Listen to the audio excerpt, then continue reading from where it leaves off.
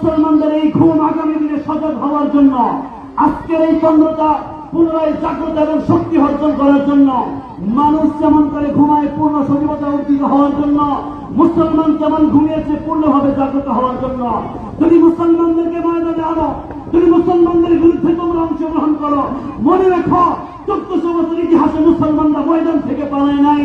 যদি হিন্দুরা মুসলমানদের মা বোনদের উপরে ওদের নাপাক হাতগুলো বাড়ায়, যদি ভগবান এই যুগ দিয়ে মুসলিম বাবরের ধর্ষণের আরেকটা ইঞ্জিন কোন ঘটনা ঘটে, আরেকটা ট্রেজেডি ঘটে, তো মুসলমানগণ সেই কারবালার ইতিহাস আজও মনে আছে।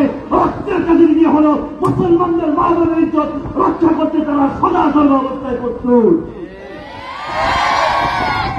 আমাদের ইতিহাস রক্তের ইতিহাস। আমরা সর্বক্ষেত্রে সর্ব অবস্থায় শান্তিপ্রিয়। আমরা মুসলিম জাতি কোন ধর্মের উপরে কঠোরতা করি না। যে যার ধর্ম পালন করবে স্বাধীনভাবে পালন করে আমাদের কোনো আফসোস নাই। কিন্তু যদি ইসলাম নিয়ে ষড়যন্ত্র হয়, আমাদের ভালোবাসার মুকুট সাইয়্যিদুনা জনাবে মুহাম্মদ সাল্লাল্লাহু আলাইহি ওয়াসাল্লামের সিরাত এবং তার পরিবারের উপরে কোনো আঘাত আসে, কোরআন নিয়ে ব্যঙ্গোক্তি করা হয়, কোরআনকে ভার্সিটির মাঝে ছিঁড়ে অপমানিত করা হয়, মনে রাখতে ওই ভার্সিটি তোমাদের যা সম্পদে না, ওই ভার্সিটিতে যিনি জমিন দিয়েছিল তিনিও বাংলাদেশের মুসলমানের সন্তান।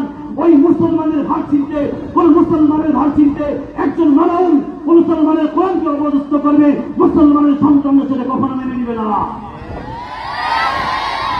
তোমাদেরকে